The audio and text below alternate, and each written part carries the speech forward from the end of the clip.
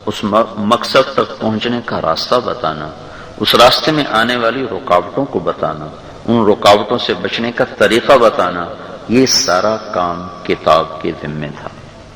پھر کتاب سے کوئی کچھ سمجھے کوئی کچھ سمجھے، ممکن تھا تو اللہ تعالیٰ نے ساتھ نبیوں کو بھیجا جنہوں نے اس کے مفہوم کو واضح کیا کہ اس کا یہ مطلب ہے، اس کا یہ مطلب ہے۔ کوئی اپنی فہم سے مطلب نہ بناتا پھرے اور اپنے انداز سے کوئی اس کی تشریحات نہ کرتا پھرے، تو کتاب کو بھی بھیجا، شارح کو بھی بھیجا، شارع کو بھی بھیجا، جس نے شریعت بھی بتائی، جس نے شرع بھی فرمائی کہ اللہ کے اس حکم کا یہ مطلب ہے، اس بات کا یہ مطلب ہے۔ صرف کوئی عربی پڑھ کے قرآن نہ سمجھنا شروع کر دے کہ قرآن اے آخر ہے، قرآن اے آخر ہے۔ جیسے ایک فتنہ اٹھا انکار حدیث کا کہ بس قرآن سمجھو، جو اس میں لکھا خود سمجھو۔ خود سمجھنے کے لیے کیا کرو؟ اس کے لیے کیا ترتیب ہے، کیا اصول ہیں، کیا آداب ہیں، وہ کچھ بھی نہیں ہے، بس قرآن سمجھو۔ دنیا کی بہت بڑی حماقت ہے کہ کسی سمجھانے والے کے بغیر اتنی بڑی کتاب کو سمجھنے کا دعویٰ کرنا۔ پینسل بھی ہاتھ میں پکڑنی ہو تو کسی کو استاد بنانا پڑتا ہے۔ زندگی کے مقصد تک پہنچانے والا علم صرف ترجموں کے ساتھ لوگ سمجھنا شروع کریں تو گمراہی کے غاروں میں چلے جائیں۔ تو اس لیے اللہ تعالیٰ نے کتاب کے ساتھ نبیوں کو بھیجا جنہوں نے اس کو واضح کیا۔ پھر جب اللہ نے اپنی آخری نبی محمد صلی اللہ تعالی علیہ وسلم کو دنیا میں بھیجا تو ان پر اللہ تعالیٰ نے ایسی کامل اکمل کتاب کو اتارا جس کی حفاظت کا خود وعدہ کر دیا۔ پہلی کتابوں کی حفاظت امتوں کے ذمے کی، وہ ان سے نہ ہو سکی۔ ہم بھی اس کو ضائع کر چکے ہوتے اگر اللہ خود اس کی حفاظت کا ذمہ نہ اٹھاتا کہ اِنَّا لَهُ لَحَافِظُونَ، میں خود اس کی حفاظت کروں گا۔ اس میں تمہیں پریشانی کی کوئی بات نہیں، اسے بدل کوئی نہیں سکتا، اس میں کوئی کمی زیادتی نہیں کر سکتا۔ جب اللہ نے اس کو اٹھانا ہوگا تو ایک رات سوئیں گے، صبح اٹھیں گے تو قرآن کا ایک حرف بھی کاغذ پر موجود نہیں ہوگا۔ ایک رات میں سارے قرآن کے حرف اللہ تعالیٰ مٹا دے گا، بدل نہیں کوئی سکتا کہ تبدیل کر دیا جائے، یہ ناممکن ہے۔ اٹھایا جائے گا، بدل کوئی نہیں سکتا اس کو۔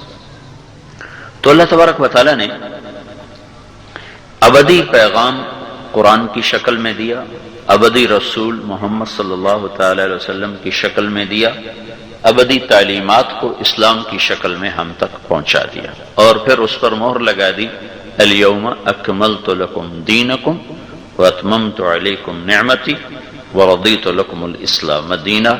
میں نے تمہارے لیے اس کو مکمل بھی کر دیا ہے، کامل بھی کر دیا ہے، تمام بھی کر دیا ہے، اور اس کا نام اسلام رکھا ہے۔ اس کے بعد من یبتغ غیر الاسلام دینا فلن یقبل منہ، اب اسلام کو چھوڑ کر جو کسی اور راستے سے آئے گا وہ اللہ کے ہاں مردود ہو جائے گا، اللہ تعالیٰ کے ہاں وہ قبول نہیں ہو سکتا۔ تو اب بھائیو، اپنی جہالتوں کو دور کرنے کے لیے کہ بچہ نہ ان پڑھ پیدا ہوتا ہے، اس کو صحیح بات سمجھاؤ اور سکھاؤ۔ ضروریات زندگی میں بھی ہمیں آزاد نہیں چھوڑا، اس میں بھی حلال اور حرام کی ترتیب قائم فرمائی، یہ کھانا ہے یہ نہیں کھانا، یہ چھوڑنا ہے یہ نہیں چھوڑنا، یہ کرنا ہے یہ نہیں کرنا، یہ اس میں بھی پابند کیا، عبادات میں بھی پابند کیا، اور ترتیب زندگی میں بھی پابند کیا۔ اور اس سارے کا خلاصہ اللہ تعالیٰ نے قرآن اور اس کی شرح حدیث پاک، کوئی 10 لاکھ احادیث ہیں جو محفوظ ہیں۔ جیسے قرآن محفوظ ہے، اسی طرح اللہ کے محبوب کی احادیث مبارکہ بھی اس طرح محفوظ ہیں کہ اس میں کوئی چیز کم زیادہ نہیں ہو سکتی، نہ اس میں کوئی دجال کوئی فریبی اپنی طرف سے کوئی چیز گھڑ کے ڈال سکتا ہے، نہ اس میں سے کوئی نکال سکتا ہے۔ جیسے قرآن کی حفاظت ہے، اسی طرح اللہ تعالیٰ کے محبوب کی تعلیمات کی بھی حفاظت ہے۔ اس میں بھی آج تک کوئی نہیں کوئی چیز ڈال سکا۔ لوگوں نے ڈالنے کی کوشش کی، لیکن جیسے یہ خون ہے نا، اس خون میں کوئی اور خون ڈالے نا جو اس گروپ کا نہ ہو، تو وہ یہ خون اس کو اتنا دھکا دیتا ہے کہ خود بھی مر جاتا ہے، اس کو بھی مار دیتا ہے۔ اس میں کوئی اور خون نہیں شامل ہو سکتا۔ جسم کی حفاظت کا ایک نظام ہے کہ اس میں کسی بھی غیر خون کو داخل کیا جائے گا تو تو یہ انکار کر دے گا اور بندے کو بھی مار دے گا، خود بھی ختم ہو جائے گا۔ یہ اللہ تعالیٰ کا نظام حفاظت ہے جسم کے لیے۔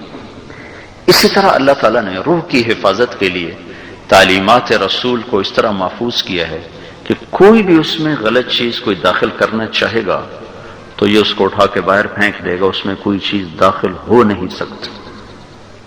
اللہ تعالیٰ کے رسول کی تعلیمات میں بھی کوئی چیز نہیں داخل ہو سکتی، جیسے قرآن میں کوئی چیز داخل نہیں ہو سکتی۔ عبداللہ بن سلام آئے مدینے میں، جب آپ کی آمد ہوئی تو آ کر سننے کے لیے آئے کہ یہ کون شخص ہے، کیا کہتا ہے۔ انتظار تو تھا کہ ایک نبی نے آنا ہے۔ تو آپ خطبہ دے رہے تھے تو اس میں آپ نے فرمایا افشوا السلام واطعموا الطعام وصلوا الارحام وصلوا باللیل والناس نیام تدخلوا الجنة بالسلام۔ سلام پھیلاؤ، کھانا کھلاؤ، رشتہ داروں سے اچھا سلوک کرو، جنت